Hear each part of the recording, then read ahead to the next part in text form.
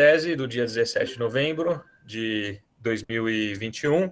Temos assim a grande satisfação de receber aqui o Dr. Cosme Figueiredo. Cosme, sinta-se assim, bem-vindo ao ITA, embora nós estejamos falando aqui de lugares muito distantes, né? Você está, de alguma forma, dentro ou participando, né, de um seminário de tese aqui, que faz parte do programa de pós-graduação de física, em física, né, do ITA. Bom, gostaria de apresentar o Dr. Cosme. O Dr. Cosme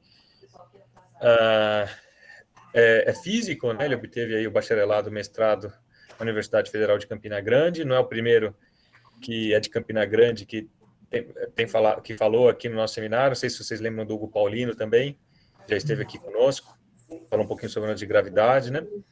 Ele também possui doutorado em Geofísica Espacial pelo Instituto Nacional de Pesquisas Espaciais, né, o INPE, e ele atua aí nessa área de ciências espaciais e aeronomia, né, e com ênfase em observações de air glow, baseadas em solo e sensoriamento remoto, multitécnico, né, da alta atmosfera da Terra. Multitécnico significa que ele trabalha com observações vários instrumentos.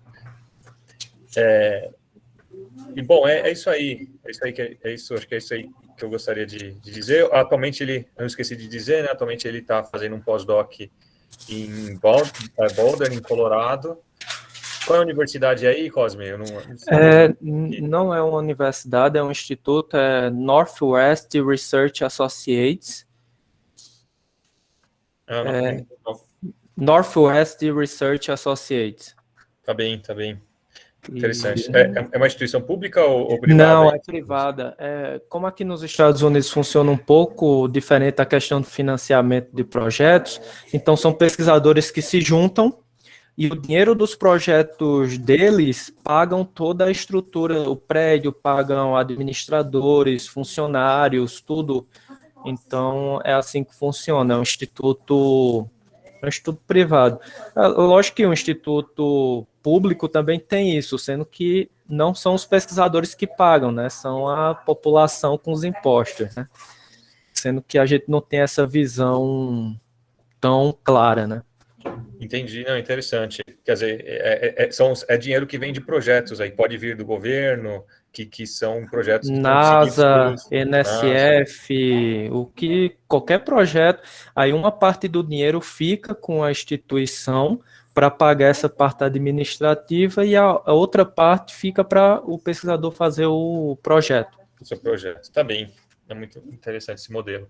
Tá bom, Cláudio, pode ficar à vontade aí, eu passo a palavra para você. Só para você ter uma ideia do tempo, pode estimar mais ou menos 1 hora, aí a gente deixa uns 15 minutinhos aí para pergunta. Acho que a apresentação vai ser em torno de meia hora, eu acho que não mais do que isso. Tá bom. E aí depois fica perguntas e... Tá bom, tudo. Se você for um pouco menor, a gente pode aumentar também o tempo de perguntas, como foi, como a gente pode ajustar aí no tempo. Tá bom. Muito obrigado, Marco. Eu não o conhecia e é uma satisfação estar participando do programa de pós-graduação do ITA. A gente trabalha bem próximo, né? O INPE e o ITA são alguns 1 quilômetro no máximo de distância, não mais do que isso.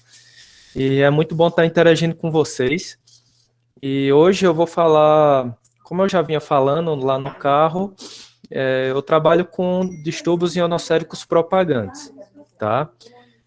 No meu doutorado, no meus pós-doutorado, e com o tempo nós fomos observando com imageadores ao Sky que esse MSTIDs, eles interagem com bolhas de plasma. E isso já foi observado há uma década atrás, mas nunca tinha sido observado aqui no Brasil. Então a gente está fazendo esse trabalho em paralelo com o do pós-doutorado. Aqui são as pessoas com quem eu trabalho no grupo, são Cristiano Vrassi, Isao Takahashi, Yuichi Otsuka, Kazushi Okawa, Ricardo Boriti, Hugo Paulino vocês conhecem, né, de Campina Grande, Ricardo Boriti também, e Diego Barros, que também faz pós-doutorado no INPE. Deixa eu só ver se eu consigo colocar um mouse. Aqui, beleza. Aqui fica melhor.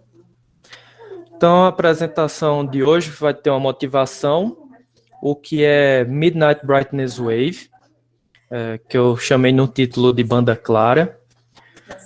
Local de observação e instrumentação utilizada, interação entre bolha de plasma MSTID e Midnight Brightness Wave, um pouco de discussões e considerações finais. Então, o que motivou isso foi um trabalho 2009 de Jonathan Crow.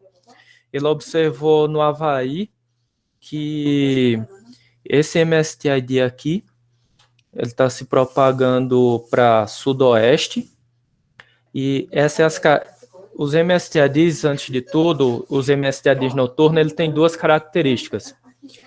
Uma característica é um tipo de MSTID que ela tem uma propagação em uma direção específica. No hemisfério norte, ela só se propaga para sudoeste, sul, sudoeste, existe essa variação um pouquinho. E no hemisfério sul, ela só se propaga para noroeste, tá?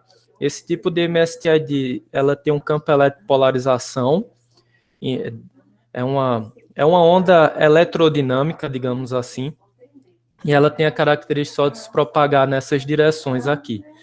No caso, no hemisfério norte, no Havaí, ela só vai se propagar para sudoeste. E aqui você observa que ela vai se propagando, vai em direção a baixas latitudes, e quando chega existe uma interação, e essa interação produz um tipo de irregularidade ionosférica, que Jonathan Crow, não sabe, ele definiu como irregularidade ionosférica, não chegou a definir como bolha. Então, esse é o primeiro caso relatado na literatura de uma interação entre MSTID que gerou um tipo de irregularidade ionosférica. O segundo trabalho foi o de Otsuka, em 2012. Aqui é bem mais claro. Aqui existe uma interação entre desculpa. O vídeo agora não quer passar. Você sair, ela fica... Aqui. Tá. Ele utilizou um filtro, ele utilizou nas imagens uma média móvel de 60 minutos, com a janela de 60 minutos, e subtraiu. Por isso que a imagem do imagiador está dessa forma. Isso é para ressaltar o MSTID, tá? Então, essa estrutura aqui que vocês estão vendo aqui, onde está a setinha do mouse, são o MSTID. Essa observação foi feita no Japão, numa ilha do Japão mais ao sul, próximo em baixas latitudes. E aqui tem um MSTID que está se propagando para sudoeste, de novo. E essa estrutura aqui é uma bolha de plasma.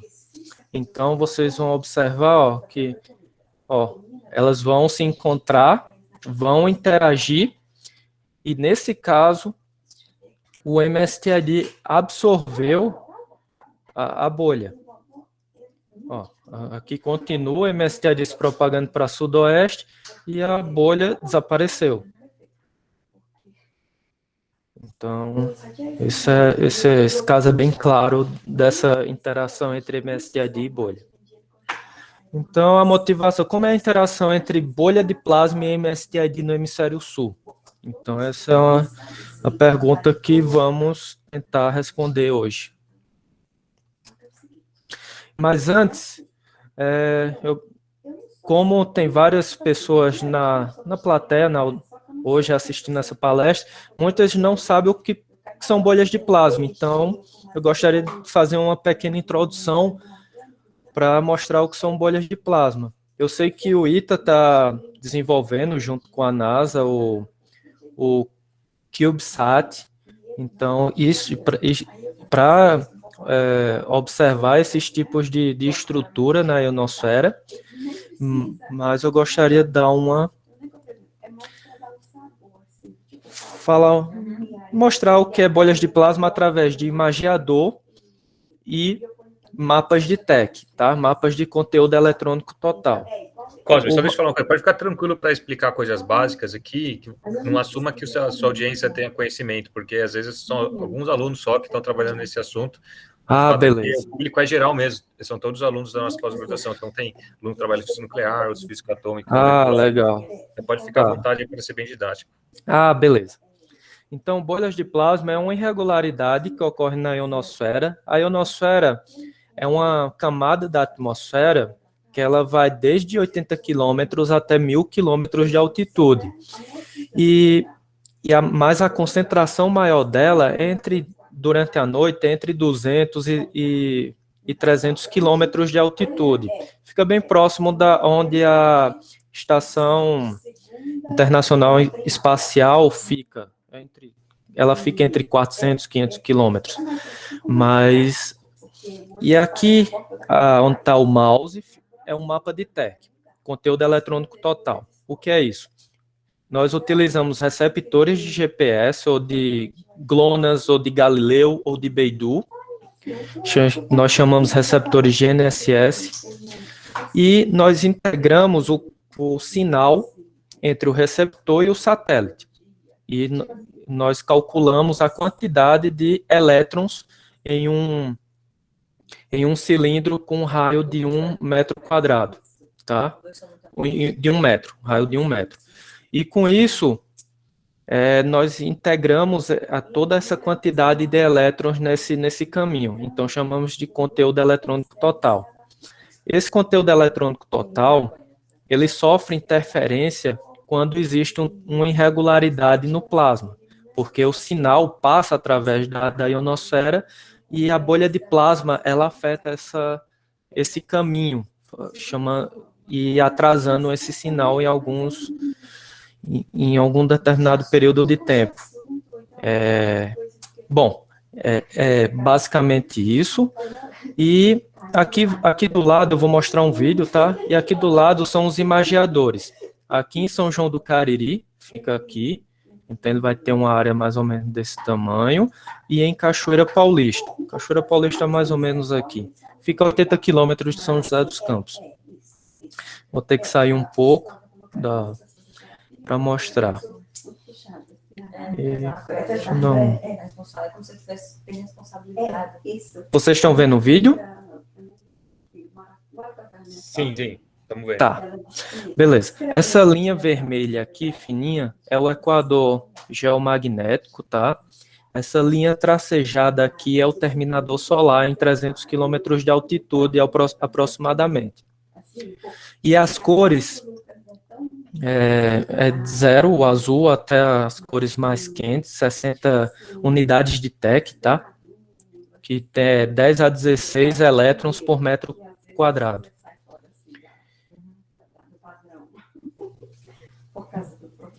Tá muito rápido. Deixa eu voltar um pouco. Tá. Quando começa a escurecer, o imagiador ao Sky, eu vou mostrar mais à frente uma foto dele, ele só observa à noite e precisa estar muito escuro, tá? Aqui, por exemplo. Aqui começou, o terminador passa primeiro em São João do Cariri, então ele começa a observar primeiro. Então, aqui você vê a imagem do céu de São João do Cariri. Esses pontinhos brancos são as estrelas, tá? E aqui mais ao horizonte são árvores, são antenas, essas coisas que atrapalham o campo de visão. Então, o terminador passou e começou a observar a emissão da aeroluminescência, a emissão 630 nanômetros. Nós normalmente chamamos de linha vermelha, tá? E porque ela tá, essa camada de aeroluminescência em torno entre 200 e 300 quilômetros de altitude. E lá como ocorrem as bolhas de plasma nessa altitude, então nós conseguimos ver a assinatura das bolhas de plasma afetando essa estrutura da aeroluminescência. Nós chamamos normalmente de airglow.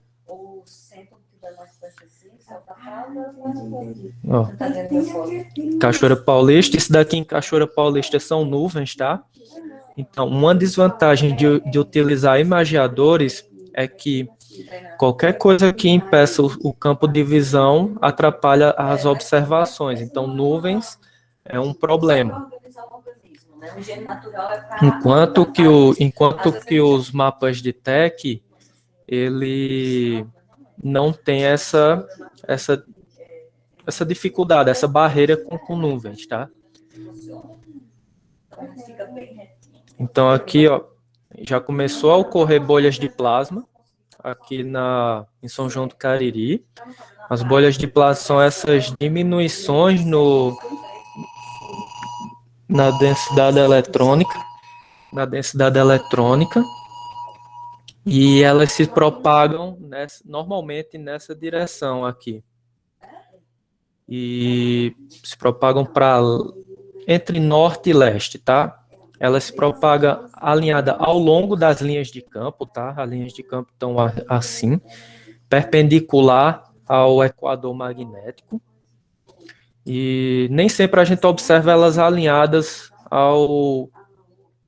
perpendicular ao equador magnético por causa do vento neutro. O vento neutro afeta muito a dinâmica das bolhas, tá? Então, aqui é uma bolha, tá?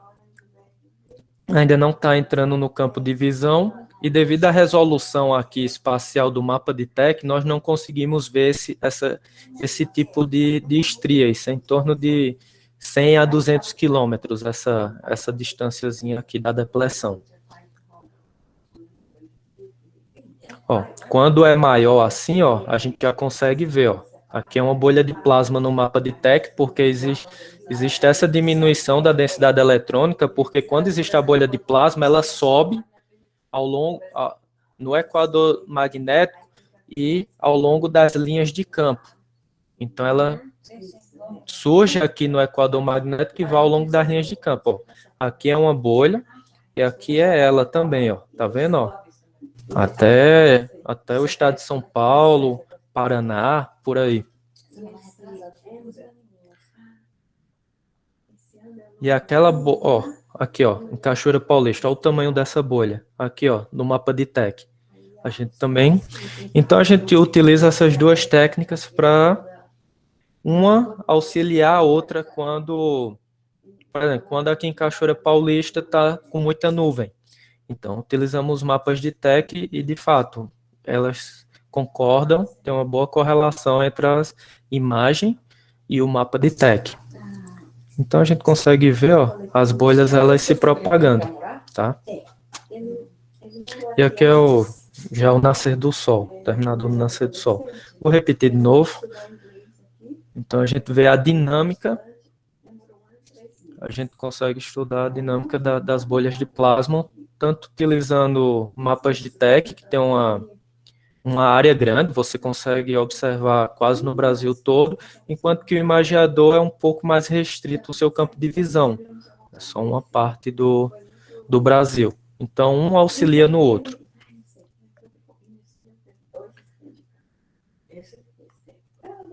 Tá, e isso é bolha de plasma, tá? E o que é Midnight Brightness Wave, ou banda clara? Essa estrutura aqui, ó. Isso daqui é uma bolha de plasma, tá? Foi observado no Observatório de Cachoeira Paulista, ou São João do Cariri, desculpa. E vocês vão observar um clarão, esse clarão, se propagando para sudoeste.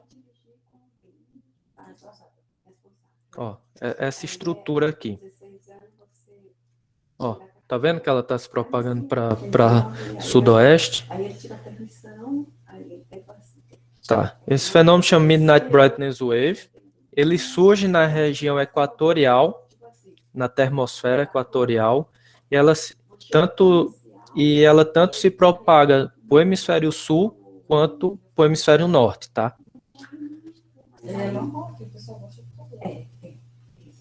Repetir de novo.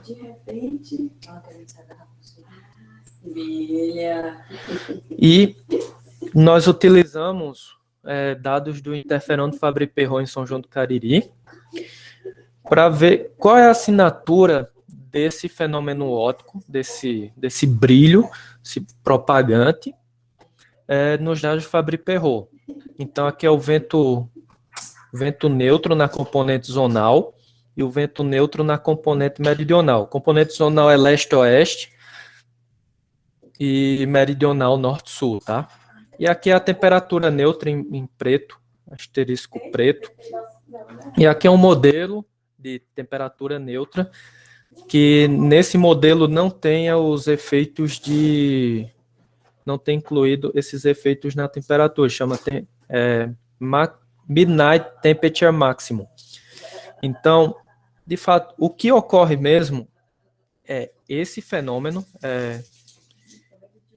temperatura máxima à meia-noite, que ocorre próximo de meia-noite, depende em torno de 3 UT, um pouquinho antes, um pouquinho depois, dependendo da estação do ano. E a tendência da temperatura é que ela diminuísse ao longo da noite. No entanto, tem dias que essa temperatura aumenta. Então, tem uma amplitude de até 50 kelvins dessa amplitude ao longo da noite. E o que gera isso tem toda uma dinâmica complexa, são marés diurnas devido ao sol, tem a questão do vento. O vento inicialmente estava leste-oeste, estava em torno de 100 metros por segundo, e ao longo da noite ele reverte, e também o vento meridional, quando existe essa reversão dos ventos, de para leste foi para oeste, de norte para sul, existe esse fenômeno aqui. É um fenômeno bem complexo, e aumenta essa temperatura, e a camada da ionosfera, se incluirmos uma digisonda aqui, ela vai rebaixar essa camada. Então, esses ventos fazem com que essa camada que estava, por exemplo, em 300 km de altitude, vá para 200 km de altitude, e com isso, o airglow, aí sim, aí vamos para a assinatura óptica aqui todo desse fenômeno complexo aqui devido da temperatura e dos ventos. Então, esse fenômeno mexe com toda a dinâmica da termosfera, e com isso também o airglow é afetado. Por isso que nós vemos esse clarão, e ele vai se propagando ao longo das latitudes. Então, isso é o que chamamos de Midnight Brightness Wave, e a assinatura é toda essa dinâmica, essa mudança na dinâmica que ocorre da termosfera. Por isso que eu acho bastante interessante, porque ele muda tudo na termosfera e, consequentemente, na ionosfera também. Aqui é só para mostrar o horário do fenômeno. Aqui é São João do Cariri, e aqui a gente consegue. Tá, o Fabry-Perot, ele não mede só no zênite. Ele tem um equipamento chamado Skyscanner, que ele mede para o norte, para o sul, para o leste e para o oeste, com ângulo de elevação de 45 graus. Então, ele observa uma região onde está o mouse aqui, mais ou menos essa região aqui. Então, por isso que ainda está pegando a assinatura desse fenômeno aqui nos dados, tá? Bom, um local de observação onde foi observada a interação entre a bolha, o MSTID e o Midnight Brightness Wave foi em Cachoeira Paulista, tá? Aí, essa é uma imagem. Aqui é o equador magnético, tá? Em 0 graus. Aqui, em vermelho, são os meridianos magnéticos, e aqui são os deep latitudes. Menos 10, menos 15, menos 20, menos 25, tá? E aqui ao redor são as coordenadas geográficas. O equipamento que nós tiramos essas fotos chama-se imageador All Sky.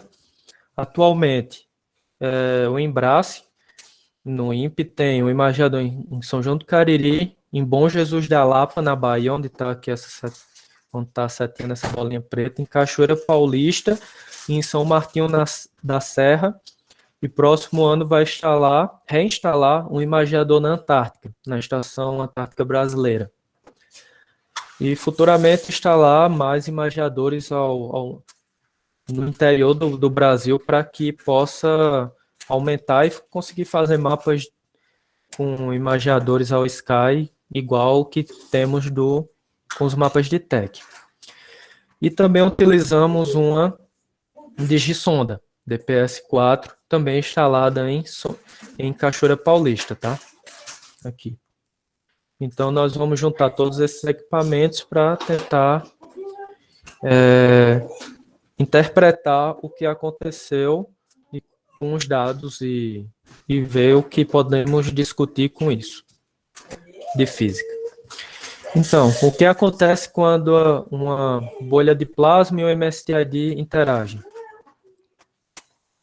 Isso daqui foi um artigo publicado esse ano por Cristiano Vrassi. Ele utilizou dados de do imageador de Bom Jesus da Lapa e eles observaram essas aqui, ó, onde está o mouse. Isso daqui são bolhas de plasma, tá? Essa imagem está linearizada porque quando temos o imageador, as imagens originais, nós utilizamos uma lente olho de peixe. Essa lente olho de peixe, ela tem quase uma visão de 180 graus.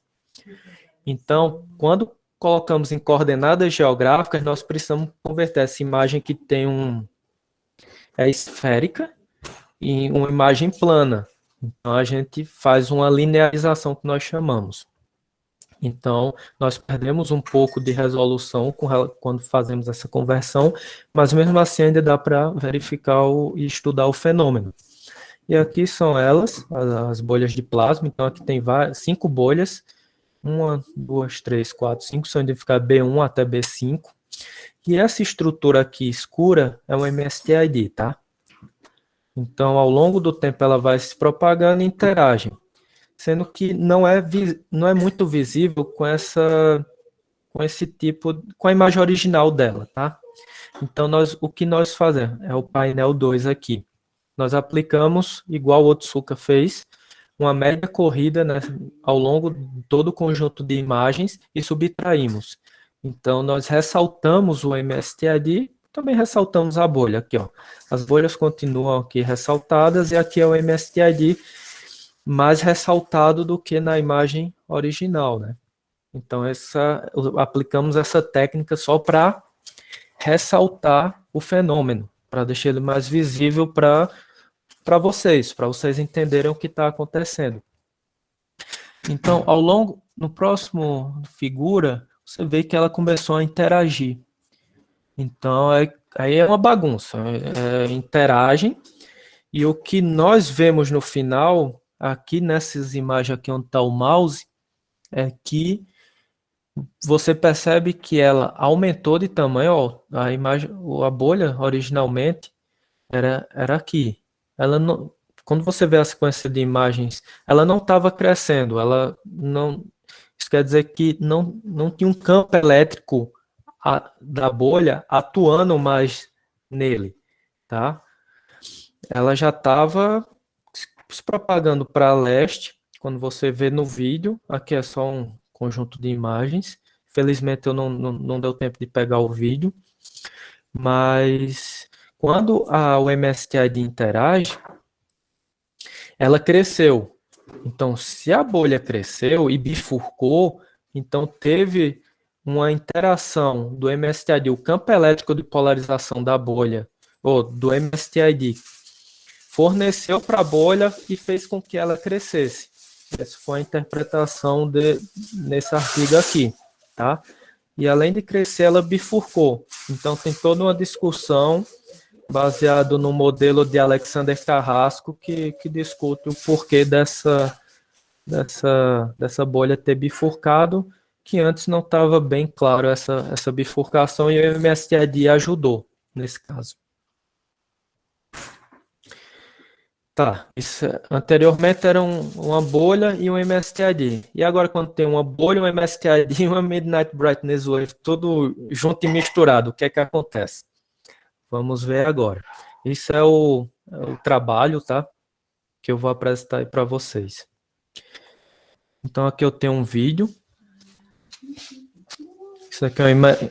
Ah, tá. A imagem linearizada, ela tem, como está em coordenadas geográficas, então ela tem 1.536 quilômetros na horizontal e na vertical aqui, tá? Então aqui é a imagem. Aqui é a bolha, aqui é o MSTID, tá? De novo, como a imagem original é difícil de visualizar, após eu vou mostrar o que acontece com fazendo esse detrend na imagem.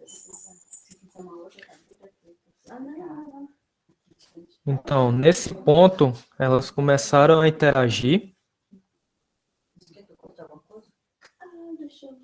Ó, a bolha foi entortada pelo MSTID, tá? E aí vocês vão perceber que ela vai começar a crescer nessa direção aqui onde está o mouse. Opa, desculpa. Aqui. Tá, começou a interagir. E depois começa a surgir um clarão aqui, tá? Vocês vão pensar, ó, já começou esse brilho, e esse brilho ele vai se propagar. Desculpa de novo.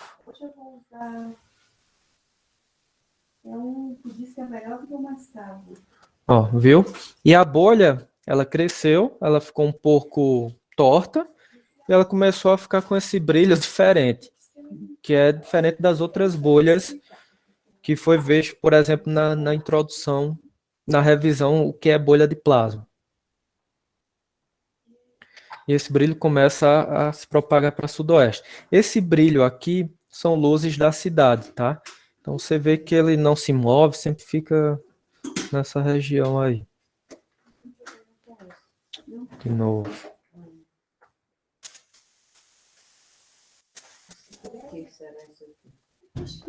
Então ele se propaga. A bolha ela continua nesse aspecto brilhante, diferente. E pronto. Aí o que nós fizemos, de novo, aplicamos um filtro para ressaltar o MSTID e vocês verem claramente essa interação. Aqui está o MSTID, está se propagando para noroeste. Aqui é a bolha. Aqui é a Via Láctea, tá? Esse ponto aqui, ó. Aqui também é a Via Láctea. Ó, eles vão interagir agora. Então você percebe que entortou a bolha e ela vai crescer. Ó, ela cresceu, estreitou-se. Ela era um pouquinho mais larga aqui inicialmente, ó. Estreitou-se. E depois vem esse clarão na imagem se propagando. Que é o Midnight Brightness Wave.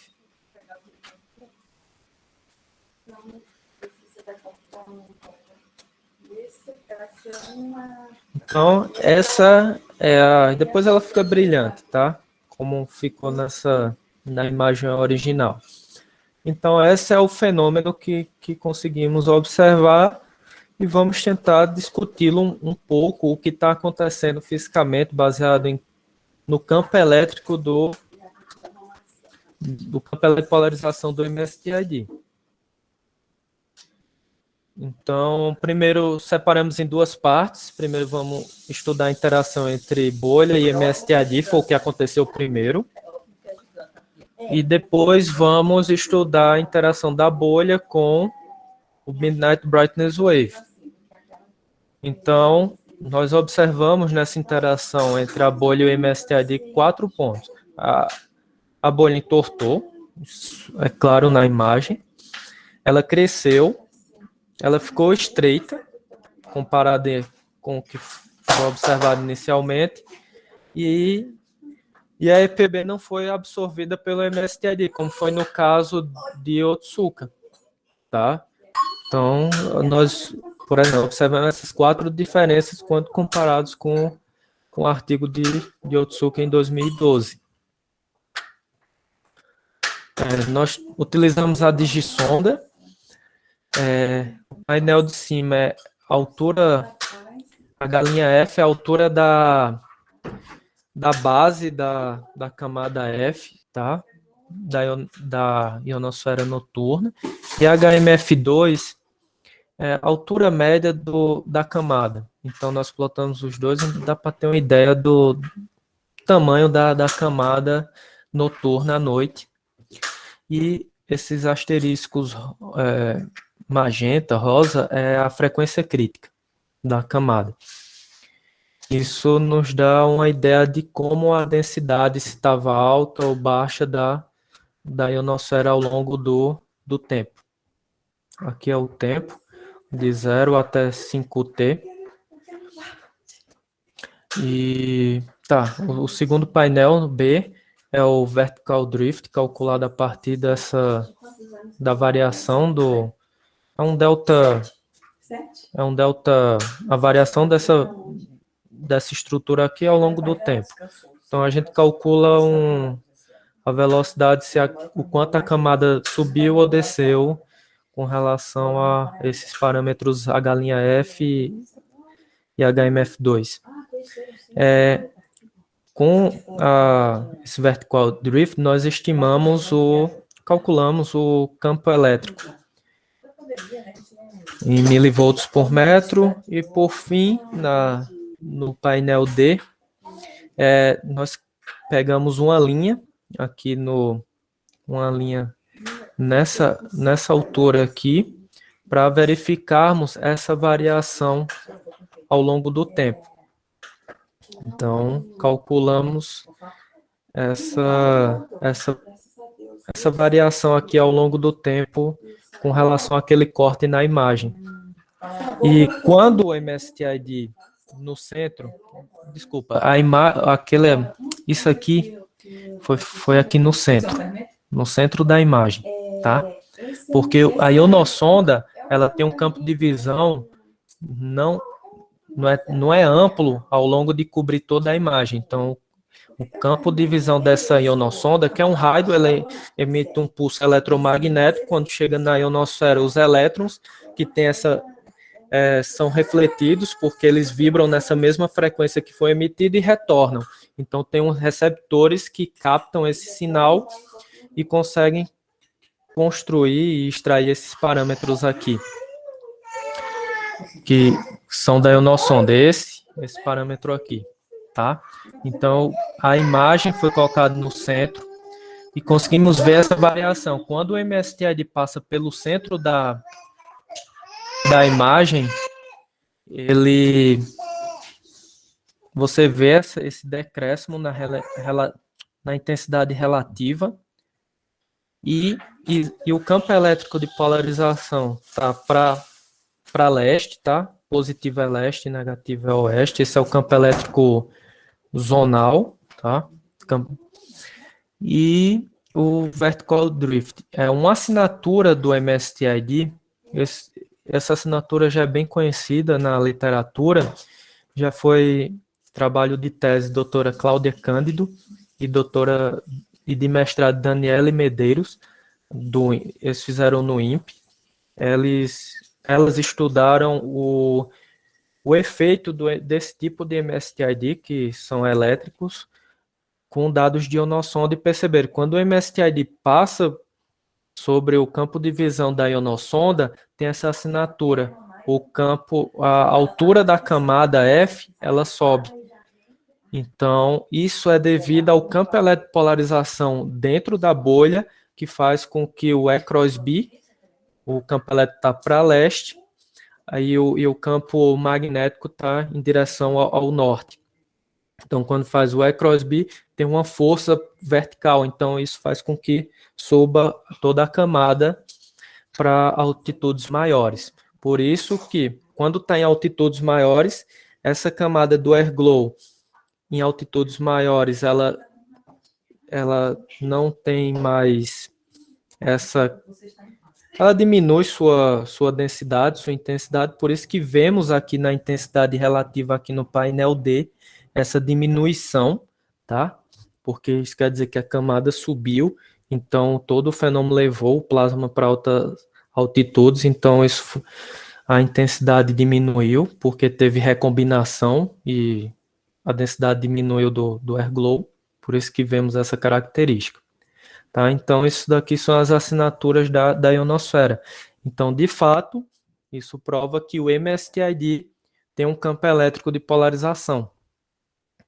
E quando interage, então esse daqui é um desenho esquemático do MSTID com a bolha. Quando interage, aqui temos o campo elétrico. Isso daqui é uma visão no plano.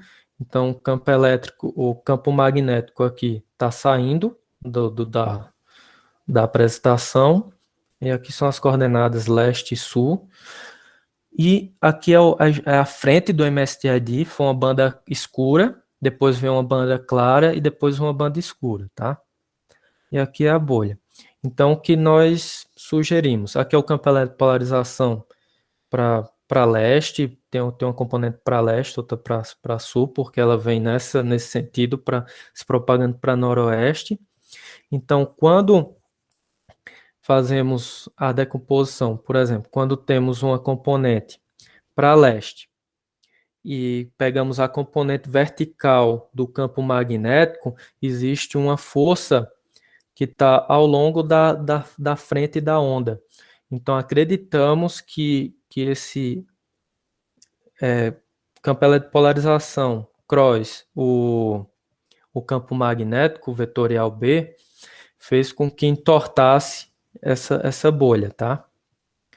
Então, essa é a suposição que nós estamos sugerindo para explicar o porquê que a bolha entortou e também porque a bolha ela estreitou-se um pouco, né?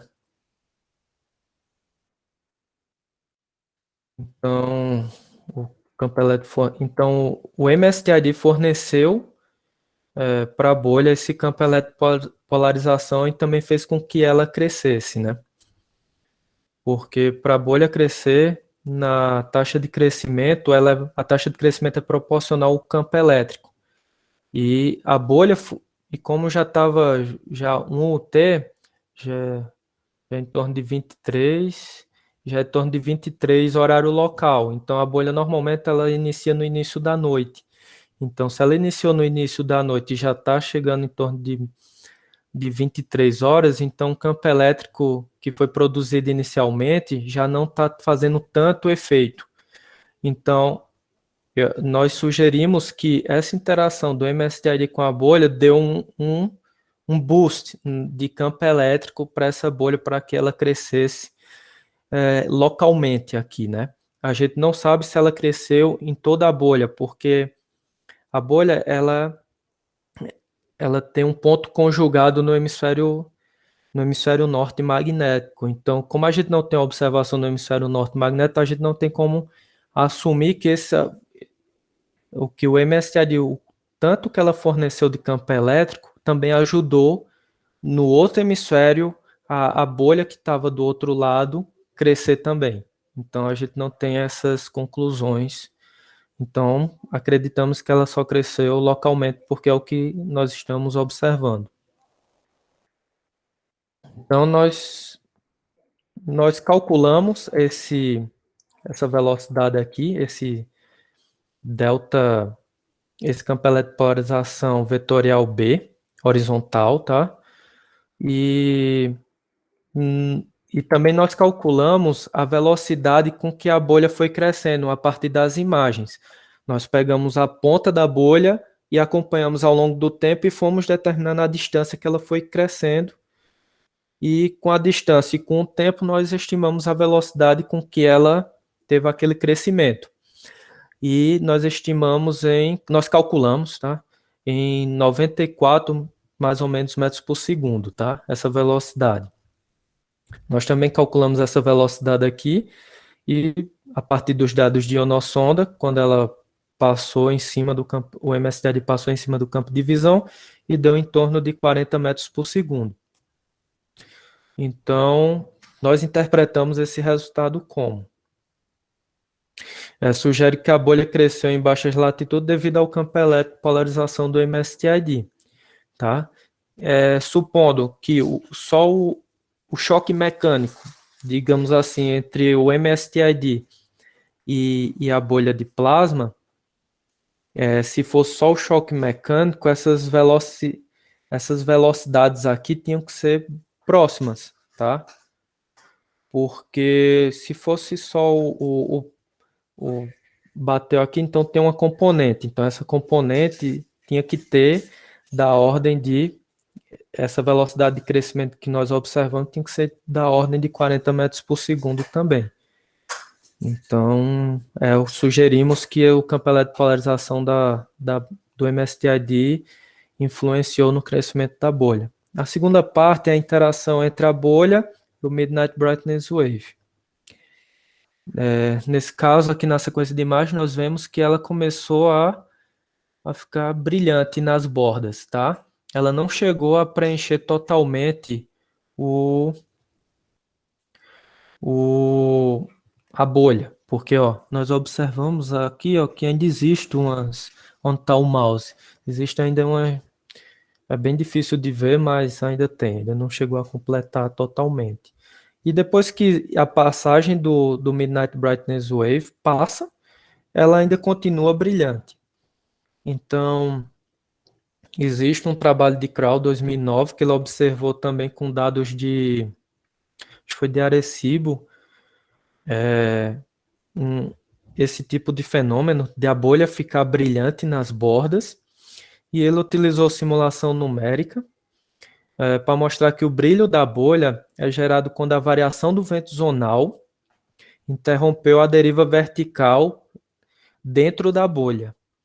Então, e isso pode, e o que fez isso, no nosso caso, foi o Midnight Brightness Wave, porque a gente viu lá na revisão que quando esse fenômeno ocorre, ele existe uma variação, tanto no vento zonal quanto meridional.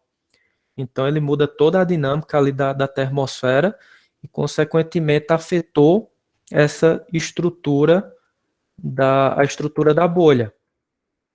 Então, quando para a deriva vertical, o plasma que estava rico em íons elétricos que estava em alturas elevadas, porque o E-cross-B dentro da bolha levantou isso. E quando cessa a variação do vento nesse campo elétrico, nessa deriva vertical, esse plasma rico ele vai descer para baixas altitudes. Então aí vai aumentar a recombinação e com isso vai aparecer esse aspecto brilhante nas imagens. Então isso foi a explicação que encontramos baseada em simulação numérica de trabalhos anteriores para explicar esse brilho nas bordas da bolha. Então, como consideração final, sugerimos que a interação entre MSTID e bolha fez com que a bolha crescesse devido ao campo elétrico de polarização do MSTID. A banda clara da região equatorial. Ah, tá. E essa Midnight Brightness Wave é o mesmo evento aqui, ó, que eu mostrei a vocês, ó. É o mesmo evento, tá? É o mesmo dia, tá? Então, por que nós sabemos que é um Midnight Brightness Wave? Por causa dessa assinatura do Fabry-Perot e junto com as imagens observadas em Cariri, nós conseguimos ver esse mesmo fenômeno se propagando em Cachoeira Paulista, tá?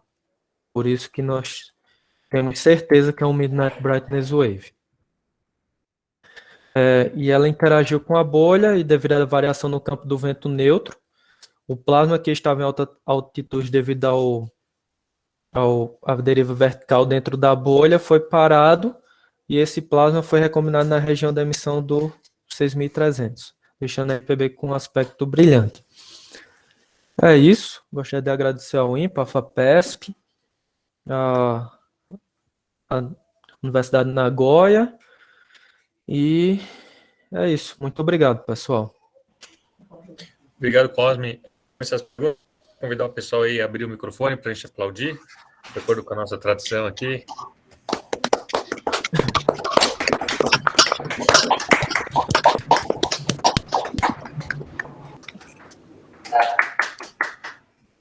Muito bem, então eu ia quem quiser falar, eu ia sugerir aí de você usar essa mãozinha que tem no painel central inferior, né? Aí, ó, o professor Pedro Pompeia levantou a mão. Pode falar aí.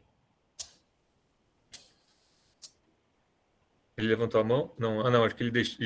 Perdão, acho que na verdade ele só deixou a reunião. Bom, eu vou. Enquanto o pessoal aí vai pensando nas perguntas, eu gostaria de fazer algumas perguntas, Cosme. Eu achei muito interessante o seu trabalho. Na verdade, não é só seu, né? Tem todo um grupo por trás disso, Sim. né? É um trabalho que envolve mais de um instrumento, tratamento de imagens. E vocês conseguiram pegar esse caso extremamente interessante, que existe aí uma interação entre 3 fenômenos distintos, né? Sim. E não é tarefa simples de explicar o resultado dessa interação. Eu tenho umas perguntas mais básicas sobre cada uma desses... Cada uma não, só pelo menos 2 desses fenômenos, né? Eu queria perguntar um pouquinho sobre a MSTID. A primeira pergunta é, você sabe me dizer... É uma onda, né? É uma onda que se propaga através da ionosfera. Eu queria perguntar se é um fenômeno da atmosfera neutra ou se é um fenômeno da atmosfera ionizada. Tá. E se trataria de um efeito que você mostrou que tem campos elétricos, mas a propagação da onda ela é eletrodinâmica ou seria uma propagação unicamente gravitacional, ou as duas coisas, porque pode ser as duas coisas também. E por último, se você sabe me dizer o que causa, né? Se sabe hoje em dia o que causa essa MSTID, e mais ainda, se é uma onda, aparentemente ela é uma onda que se propaga através da superfície, né? Quer dizer, de uma superfície. Você saberia me dizer assim, onde se concentra a energia dessa onda, em que faixa de altitude, ou se ela pega de repente uma faixa grande da ionosfera? Tá, isso é uma boa pergunta. Vamos começar pelas fontes. Vamos começar durante o dia. Acredita-se que todas as ondas, porque existem MSTIDs diurnas e noturnas, tá? Então vamos começar pelas diurnas. As diurnas são completamente devido à propagação vertical de ondas de gravidade da baixa atmosfera, tá? Tem um artigo de Sharon Vadas, essa supervisora que está me supervisionando, e a gente está trabalhando junto, que ela estudou nos Andes, que são ondas de... Ela estudou basicamente ondas de montanha nos Andes. Então, a onda de montanha, ela não se propaga até a termosfera. Ela só vai se propagar até 30, 40 quilômetros. Já tem estudos observar até a mesosfera, no máximo. Ali, aí elas são ondas quase estacionárias. Isso quer dizer que elas são formadas... O vento bate na montanha, que está a montanha, ela vai bater e ela vai gerar um padrão de onda ao longo da cadeia de montanhas. Então, ela vai se propagando, ela não se propaga horizontalmente, só se propaga verticalmente, e ela tem muito fluxo de momento. Isso está relacionado com a energia. Então, quando ela quebra, ela vai gerar outras ondas, que Sharon Vada chama de body forces. Então, essas ondas, aí sim, quando ela quebra, como se fosse a onda do mar. Quando você vê a onda do mar se quebrando, ela gera outros espectros de onda. E quando ela quebra e deposita momento entre 30 a 60 quilômetros de altitude, ela vai gerar outras ondas. Essas ondas elas se propagam mais um pouco na atmosfera. Quando chega ali em 110, 130 quilômetros, ela quebra de novo, gerando outro tipo de ondas, que aí já vai gerar ondas terciárias, que elas chamam, e essas ondas se propagam até a termosfera. Isso também pode acontecer com ondas geradas por tempestades convectivas.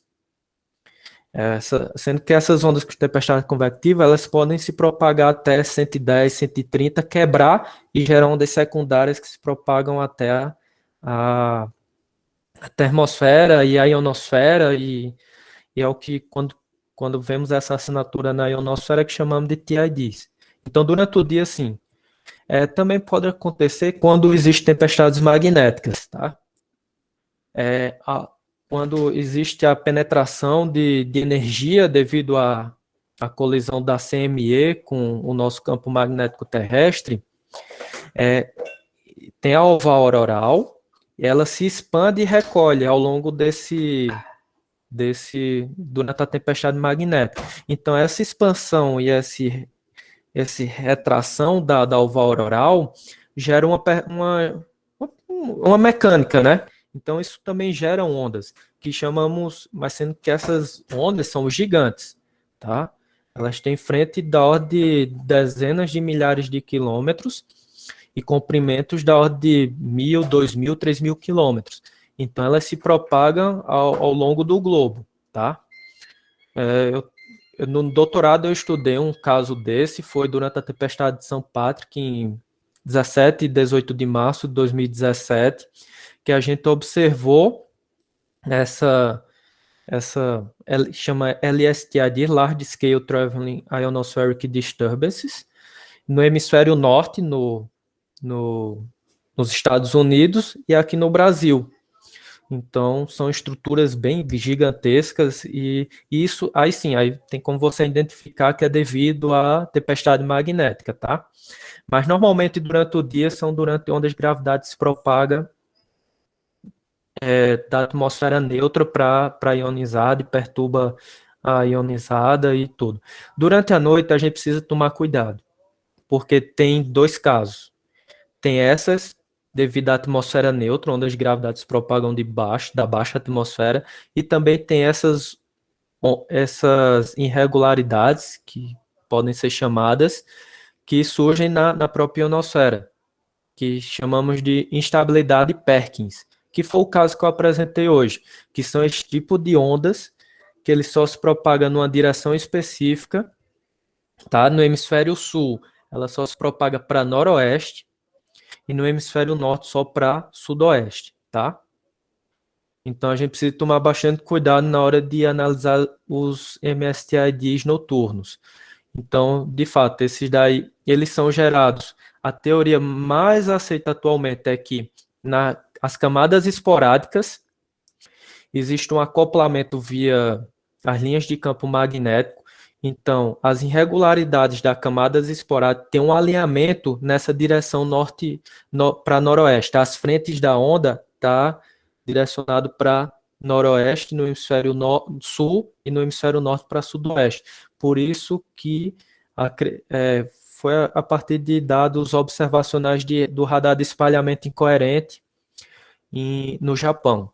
Então, eles conseguiram ver essas estruturas das camadas esporádicas na região que é em torno de 110, 115 quilômetros de altitude, e ao longo existe esse curto-circuito dessa camada esporádica com a região F, através das linhas de campo. Então, todo esse mecanismo físico faz com que dispare a instabilidade Perkins, que gera essa estrutura que nós vimos hoje dos MSTIDs.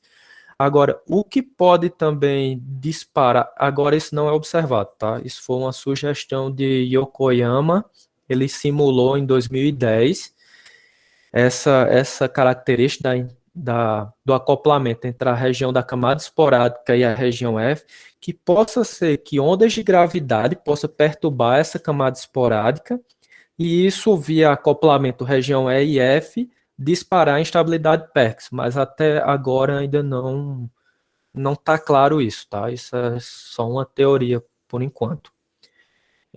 Eu acho. E a camada que se observa os MSTIDs entre 200 e 300 quilômetros de altitude, tá? Essas noturnas, essas que são eletrodinâmicas, tá? Mas as que se propagam, aí elas vão se propagando e se dissipam em alguma região, dependendo da viscosidade, de termos dissipativos, né, que vão dissipar essa onda, tá? Muito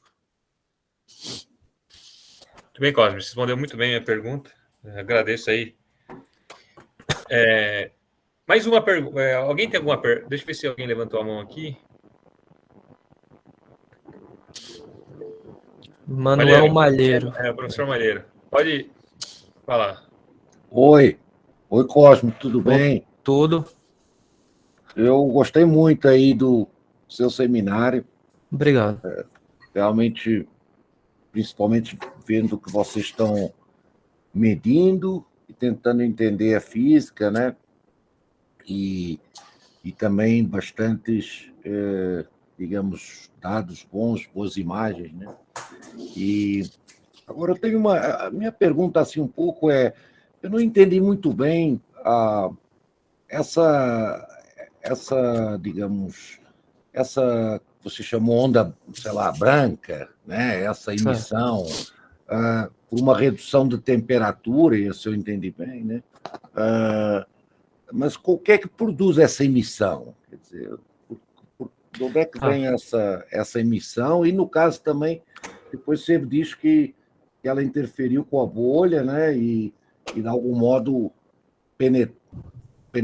jogou um pouco mais de plasma na borda e a bolha ficou brilhante, né? Então, me explica um pouquinho melhor esse mecanismo aí, como é que você entende isso? Vamos começar pela camada. A camada da emissão do oxigênio atômico, tá?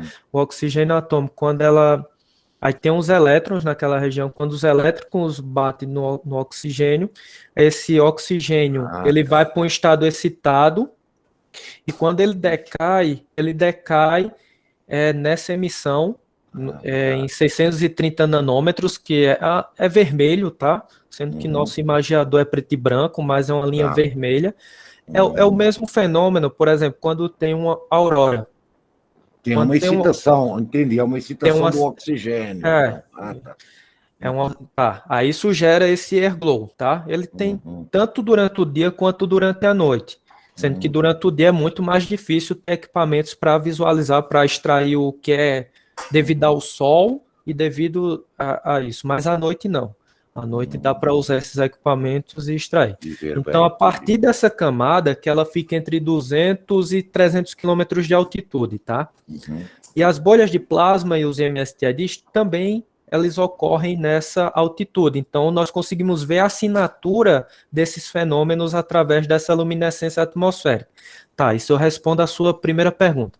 A segunda pergunta é sobre a bolha acabou ficando também brilhante. Então, isso. Vamos para cá. Cadê o mouse? O mouse eu não estou conseguindo ver. Tá. Aqui. Tá. Aqui eu utilizei aqui nesse painel do lado direito, eu utilizei um interferômetro de Fabry-Pérot. Então, esse interferômetro Fabry-Pérot, ele mede essa luminescência em 630 nanômetros, e ele consegue, através dos espectros de Newton, dos anéis de Newton, nós conseguimos extrair o vento, porque cada vez que observamos esses anéis de Newton, eles se movem, né? Então, através do deslocamento Doppler, nós conseguimos extrair o vento. E a partir da largura desse anel de Newton, nós conseguimos extrair a temperatura. É assim que funciona o interferômetro Fabry-Pérot, tá? Então, por isso conseguimos medir o vento e a temperatura naquela região da termosfera, certo? Então, quando ocorre esse fenômeno, inicialmente, se você observar aqui, o mouse sumiu, não sei porquê, mas no painel superior, na letra B, esse é o vento leste-oeste, os ventos zonal. Então, ele estava em torno de 100 metros por segundo para leste. E ao longo da noite ele vai decaindo, tá? Isso é normal. Mas quando ele cruza de leste para oeste, ele está mudando a dinâmica. E também a norte-sul aqui também mudou.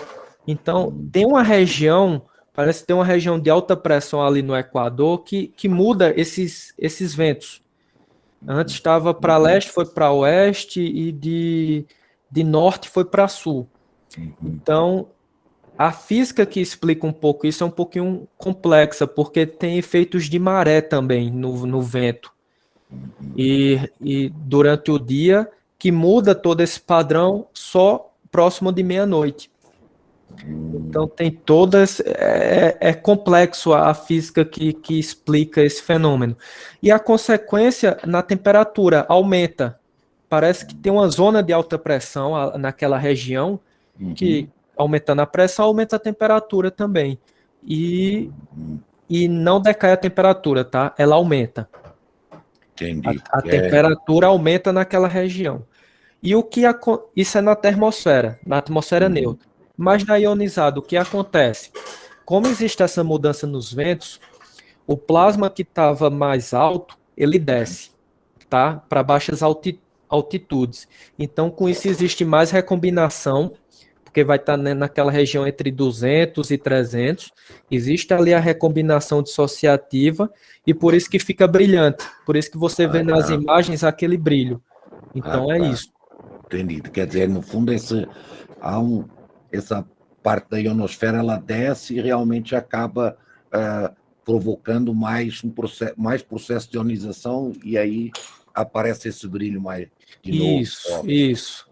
É o que chamamos de dissociação do oxigênio atômico. Recombinação dissociativa. Esse é o nome. E essa coisa que você comentou, que eu ando também tentando entender, essas mudanças, essa pressão que aumenta mais e essa mudança dos ventos, o pessoal já entende mais ou menos, ou é um processo meio complexo, dinâmico?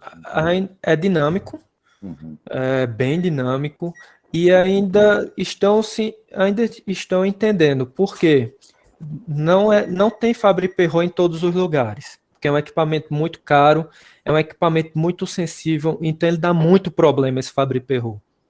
Então é muito difícil de você instalar, é fácil, mas manter ele funcionando dá trabalho. Então, o que se tem atualmente é um satélite chamado ICON, que ele tem um interferômetro de Michelson, que ele também extrai os ventos e temperatura nessa região da termosfera, sendo que ele não observa no Brasil, ele observa mais para a América Central e América do Norte.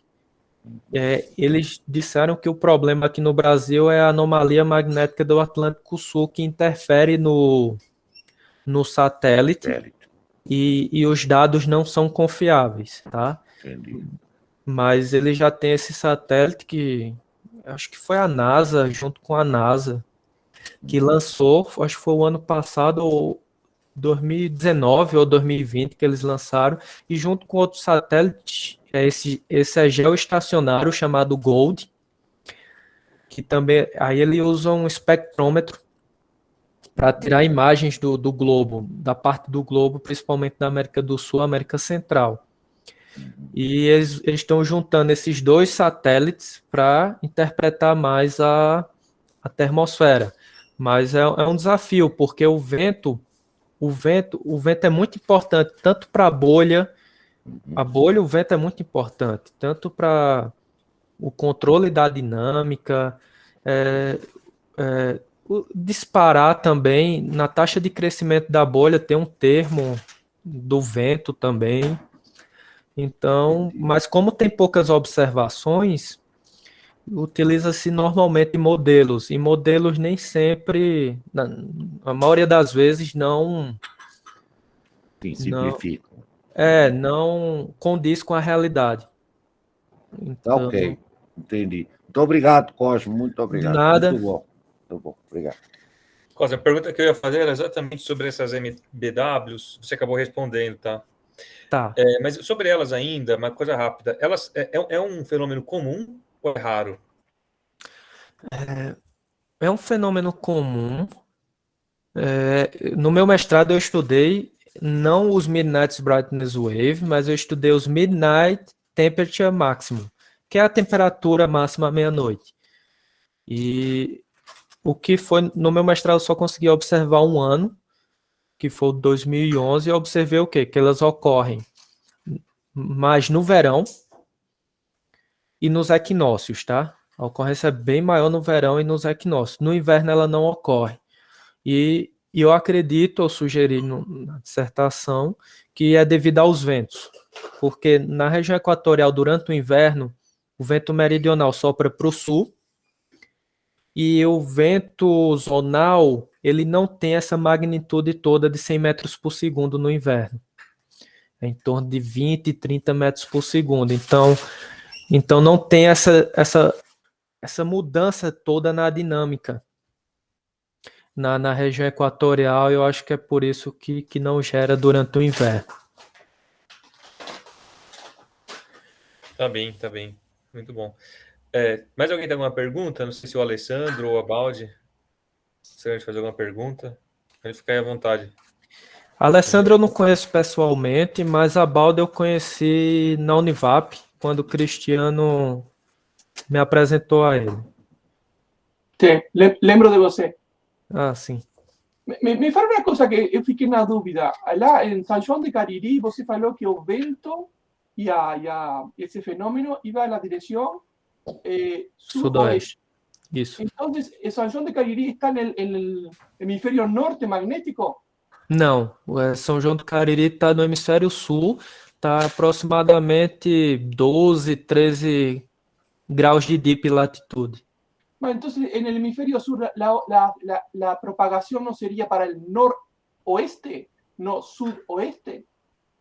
Não, é porque na região equatorial geográfica, tá? Sí, sí. Então, o Midnight Brightness Wave, ou Midnight Temperature Maximum, que é a mesma coisa, ele surge na região ali equatorial, tá? Como a bolha, misma cosa. Como se fosse uma bolha, isso. Sendo que ele se propaga para sudoeste no hemisfério sul e noroeste no hemisfério norte. É como se fosse um C, assim. Ah, tá, o sea, tudo bem, ahora entendí. O sea, que en la región, digamos, de ecuatorial y bajas latitudes, tiene esa curvinha, digamos así, Isso. que le hace Tá. Pensei que fosse. Quando você falou no início da apresentação, pensei que fosse geral, hemisfério norte, todo até o Equador, hacia el sudoeste, y hemisferio sur, todo ele para el noroeste. Não. Y pica no Ecuador, no. O sea, es o contrário, na região baixas latitudes Equador, é o contrário, então. Isso. Para formar uma C. Normalmente se direciona aos polos, tá? É o que em ambos os hemisférios. Está muy con aberto porque hasta para entender el resto, ¿tá? El fotómetro es un aparelho de imagen, ¿verdad? Visual, ¿tá? Digisonda, Fabli Peró o algo trabalham 24 horas por dia. O fotómetro, o imaginador, ele trabalha durante a noite com bom tempo e sem lua. Isso. Porque isso atrapalha el sol y también atrapalha la luz. O sea, normalmente las observaciones son lua nova 5 a 7 días antes, 5 a 7 días después. O resto do tempo está complicado. Isso. Y en el caso, por ejemplo, brasilero, región ecuatorial, las bolhas son de septiembre a marzo, y de septiembre a marzo es el periodo que tenemos más lluvias, más céu ruim para observar com imaginador. Tem pouco dado para confirmar, a vezes, umas teorias, como você falou. Tem muito modelo teórico, mas tem pouco dado observacional visual para poder confirmar toda essa metodologia global, por assim falar. Isso. Muito obrigado, Abaldo, por ter lembrado. Não, você que sabe, eu só interpretei o que você falou. Não, é isso mesmo. Tem a lua nova, tem a lua que interfere bastante nas imagens, nuvens, a luminosidade das cidades. Então, nós temos que instalar esses equipamentos bem distante das cidades, tem que estar escuro totalmente, tá? E tem tudo isso. Por isso que o mapa de TEC e a ionossondas, elas são 24/7, né? Isso é uma vantagem. Isso é uma vantagem. O imaginador ganha em resolução espacial. Exatamente, mas tem esse problema de que não está 24/7 disponível. Tá? Isso. A vezes chega uma missão, um CMS que você fala, bom, agora sim que vou observar bolhas e tudo mais, não sei quanto, tá? Estamos em dezembro, janeiro e tem a semana toda de chuva. Não dá para fazer nada. Isso é verdade. Tem que contar com mas, o tempo. Olha, foi uma senhora aula, tá? Eu aprendi muita coisa, principalmente com esses clareamentos que não estava acompanhando nos últimos anos, tá? realmente entendí. Y lo importante que vi aquí, por lo menos para mí, ¿no? Que você explicó muy bien la física de él. Porque a veces se explica muy bien un fenómeno, a dinámica dele, a morfologia, mas não a física. Tua apresentação está completinha, tá? Eu gostei muito. Tá, muito obrigado. Muito obrigado. Eu ia mostrar outro caso, sendo que não deu tempo de preparar. A gente tem outro caso que é interação do Midnight Brightness Wave com bolha, mas não gerando esse brilho, gerando Kelvin Helmholtz na borda da bolha. Olha. Então, esse é um artigo que eu estou escrevendo em comparação com como é o nome? Rodrigo da Universidade da UNB, Universidade de Brasília. Ele também fez doutorado no INPE. Eu conheço ele. Pronto, então o que a gente está fazendo é utilizando as técnicas dele de análise espectral, utilizando na imagem para calcular o espectro, e com esse espectro, de fato, nós provarmos e calcular aquele índice K, K elevado a menos 5/3, eu acho, que prova que existe uma turbulência, porque Kelvin Helmholtz é devido a uma turbulência. E como o professor Érico daqui do ITA, ele vai gostar muito disso. Isso. E o Rodrigo trabalhou também com Érico um tempo, e o que temos em comum é o mesmo orientador, o professor Xiang do INPE. Isso, orientador dele e orientador meu. Então, a gente está escrevendo um artigo agora para submeter nessa edição especial da SBGE esse fenômeno. Então, a gente está tentando explicar o fenômeno de Kelvin Helmholtz, né? Na estrutura da bolha, devido a esse Midnight Brightness Wave, que mudou toda a dinâmica da termosfera e ionosfera, que fez com que existisse um cisalhamento na borda da bolha e gerasse essa estrutura de Kelvin Helmholtz. Muito bom. Olha. Muito bom. Essa questão da dissipação da bolha é muito importante, isso quase nunca é tratado nos modelos, né? Isso é verdade. O problema da dissipação da bolha, geralmente os modelos não consideram nem a difusão, eles consideram só a convecção da bolha, mas todos os fenômenos de dissipação eles são importantes. Eu também acho isso uma coisa interessante. E com relação a ondas de gravidade também, questão de dissipação, turbulência, isso é muito importante. Sim, é muito importante. Todos esses fenômenos de quebra de onda e geração de ondas secundárias, é uma coisa complicada, né? Eu vi ontem que o pessoal conseguiu, um grupo de matemáticos da Europa e Estados Unidos conseguiram explicar matematicamente a questão de turbulência com aqueles números de Prandtl, com a equação de Navier-Stokes. Eles conseguiram explicar bem que era um problema que já tinha 100 anos e parece que eles conseguiram resolver. Eu até publiquei na página do Facebook da SBGE. Se vocês puderem ver lá, é bem interessante essa parte disso, de turbulência. Esse assunto é um dos problemas, é um problema ainda não resolvido, né? Então, e eu acho que eles resolveram. Tem que olhar com calma para ver se eles realmente conseguiram resolver, porque é uma coisa grandiosa. Realmente. Isso. Parece que eles conseguiram resolver. Eu até publiquei no par. Eu vi ontem essa notícia. Bom, é bem interessante. Vou dar uma olhada nisso. Eu não estava sabendo, não. Bom, acho que deu tempo aí. Mas vamos lá. Se alguém tiver mais uma pergunta, deixa aí o espaço para uma saideira. Só manda o link. Manda o link aí, Cosmo, desse negócio da turbulência aí pra gente. Eu vou achar agora. E-mail, sei lá. Isso. Se você mandar, é interessante. Eu vou entrar aqui no site da SBGE.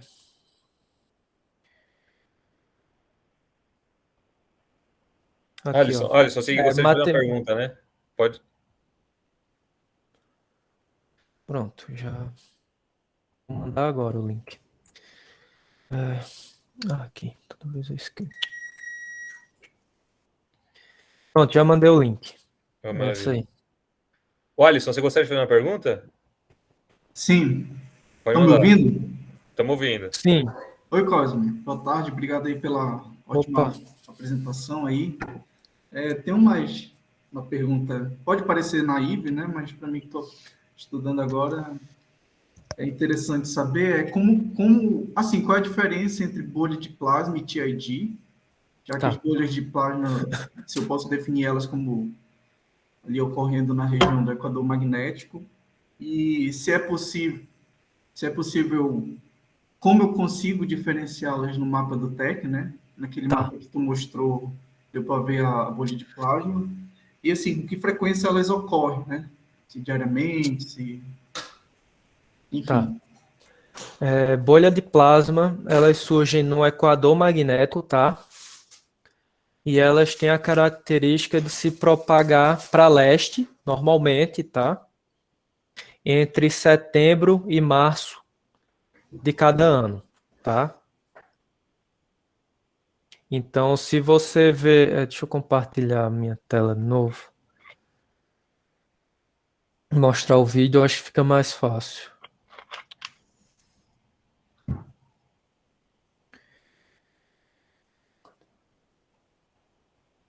Tá vendo minha tela, né? Sim. Tá, beleza. No mapa de TEC, né? Tá, então vamos para o mapa de TEC. No mapa de TEC você vê essas estruturas aqui, né? Tá vendo onde está o mouse? Sim, sim. Essas estruturas com a diminuição no TEC é o que chamamos de bolha, tá? Tá vendo uma aqui, outra aqui e outra aqui, tá? E elas se propagam sempre para... Como o equador magnético aqui ele é inclinado, então elas se propagam para nordeste, tá? Nordeste e leste, tá bom? Isso é o normal, tá? E essa é a característica da bolha. Ela inicia aqui e ao longo do tempo elas vão crescendo ao longo das linhas de campo e chegando em altas latitudes. Altas latitudes que eu digo é 20, 30 graus, tá? Não é baixas latitudes, tá? E ela se propaga. Uma TID você não vai conseguir ver no mapa de TEC, tá? Você vai ter que fazer uma análise a mais, que é o que chamamos de trend TEC. Então, o que a gente faz? Eu aplico uma média corrida com a janela de 60 minutos, 30 minutos antes, 30 minutos depois, e subtraio. Por exemplo, eu não faço por imagem, eu pego cada sinal do GPS, cada PRN, e faço esse detrend em cada PRN, e depois é que eu faço um mapa, tá? Aí sim, aí você consegue... Aí com o detrend você consegue ver as duas estruturas, tanto de bolha quanto de MSTID. Como é que você sabe? Essa característica da bolha. Se você estiver vendo ela se propagando para leste, e o sinal também, quando você faz o detrend, é bem alto, quando comparado com o MSTID. Então é a partir dessas características observacionais que definimos o que é uma bolha de um MSTID a partir do TEC, tá? A partir de imagens, morfologicamente, e elas são bem diferentes. E outra coisa, a dimensão espacial no mapa de TEC. A bolha, você vê uma dimensão espacial de 20 graus em latitude, enquanto que o MSTID, sem ser o de larga escala, o de média escala, é em torno de 5, 6 graus de latitude, entendeu? E é uma estrutura bem periódica, não é uma distância de 1.000 quilômetros. A distância aqui de uma bolha para outra é quase 1.000 quilômetros. A distância de uma crista para outra crista no MSTID é da ordem de 300, 400 quilômetros, entendeu? É uma estrutura mais localizada. Então, a partir disso, você consegue interpretar o que é uma bolha e o que é um MSTID. No caso, Cosme, tudo que não se propaga na direção leste-oeste, eu poderia classificar como um TID? Não, porque pode ter TID que se propague para leste e para oeste, entendeu? Então é mais a sua experiência na análise, entendeu? Você vai precisar de ter essa experiência para identificar o que é uma TID e o que é uma bolha observando as imagens, entendeu? Então você precisa ter essa experiência. Então, como é uma imagem, você precisa identificar os fenômenos que estão ocorrendo nessa imagem. Você sabe, beleza, bolha normalmente se propaga para leste, mas ela também pode se propagar para oeste, entendeu? Quando tem tempestades magnéticas. Então tem você precisa saber desse feeling. Isso aqui, ó, parece um C. Isso é uma característica de bolha também, que quando elas estão muito grandes, elas parecem um C invertido. Elas se propagam para leste. Ao longo do tempo, você vê elas crescendo do equador magnético para o sul, ou para o norte também, mais ao norte.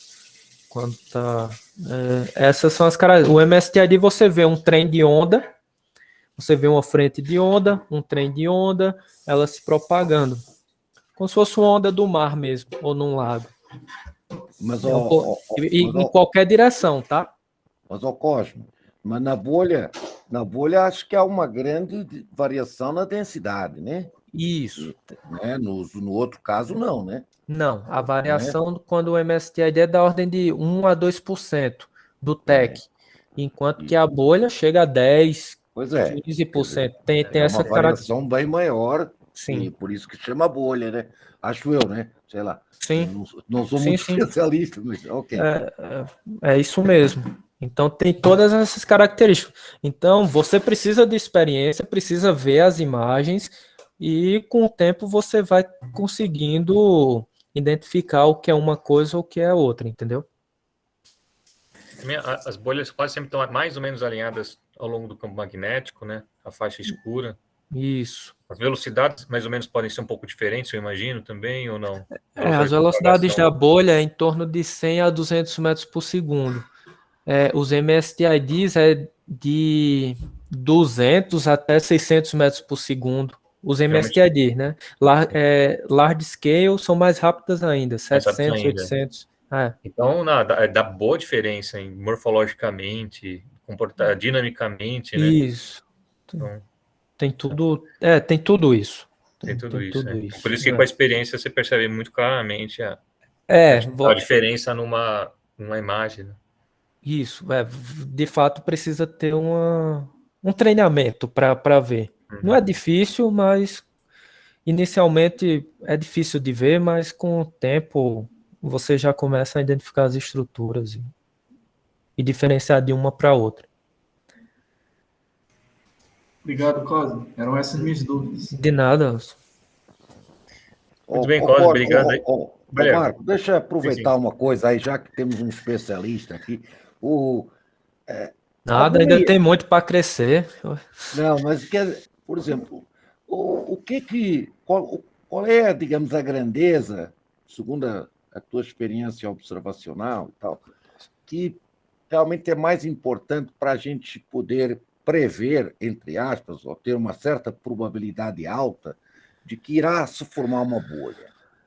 Isso é uma boa pergunta. Tem alguma assim que você acha que, olha, eu acho que é, por exemplo, isso que você falou, uma variação brusca da pressão ou do vento, digamos, para prever, né? Para prever que deverá ter, talvez. O que o pessoal já usa normalmente durante a transição do dia para a noite, tem o pico pré-reversão, tá? Essa mudança da dinâmica do dia para a noite faz com que a camada da ionosfera suba, tá? Que é o Pre-Reversal Enhancement. Tem até um pesquisador aí, Jonas Souza, não sei se ele está presente, mas ele usa simulação e ele simulou, e muita gente usa essa velocidade com que essa camada sobe como um parâmetro para estimar se vai ocorrer bolha ou não, tá? Tá. Então, esse é um parâmetro. Mas isso não explica tudo, tá? Isso explica uma parte, não explica o todo. Mas isso já dá para ter uma ideia. Entendi.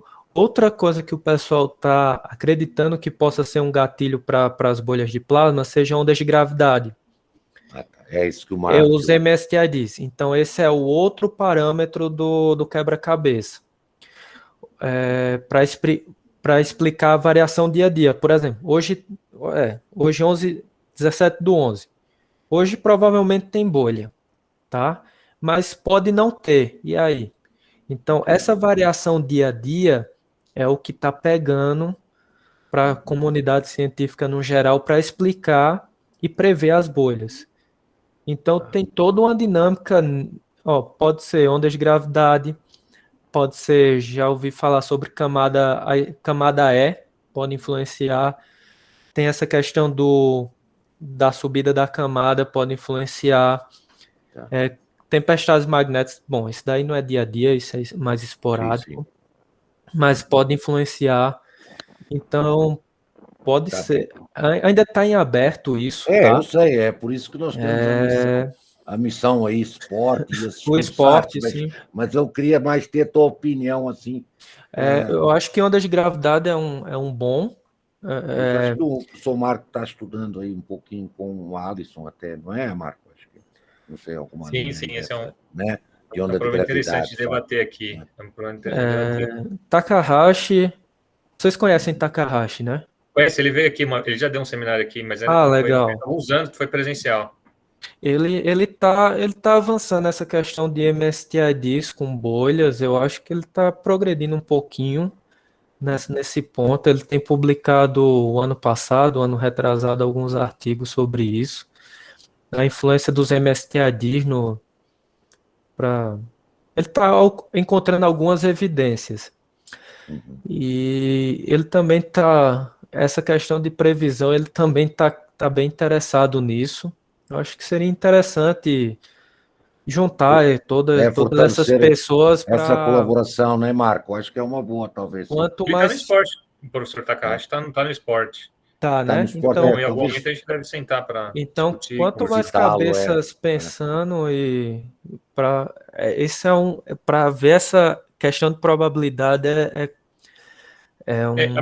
A minha ideia é que talvez com muitas medidas, você possa eventualmente descobrir, você tenta fazer algum tipo de estatística multivariada para você verificar certas combinações em que assim probabilidade de obter bolha correlações é elevada. Exatamente, tendo um banco de dados enorme de quando acontece bolha e das condições prévias, que é a ideia do esporte, eventualmente, mas a gente vai olhar para tudo isso que eu acho que machine learning, eu acho que é uma maneira de juntar todas essas peças e tentar achar uma correlação nisso. Exatamente, machine learning. É o que eu concordo, porque eu acho que dados observacionais, por exemplo, de digisonda é desde a década de 70. Tem dados de digisonda, tem magiador. Então, com todos esses parâmetros de deriva vertical, dimensões das bolhas, junta MSTID, junta teve tempestade ou não, juntando tudo isso e colocando um mecanismo para ver as correlações disso, eu acho que consegue. Eu acho que esse é um caminho promissor. Ok, Cosmo, obrigado, tá? Obrigado. Nada. Isso aí. Muito bem, então acho que já até passamos um pouquinho do nosso tempo, foi uma palestra um seminário muito rico, né, discussão também, e bom, é isso aí, está na hora de nos despedir. Obrigado, Cosmo, mais uma vez. Até mais, pessoal. Muito obrigado pelo convite e desculpa ter chegado atrasado. Muito obrigado, Cosmo, muito obrigado. Tá? Muito obrigado. Obrigado pela participação de todos. Eu vou agora parar o vídeo e aí o vídeo vai ficar aí disponível no nosso canal do YouTube. Tá bom.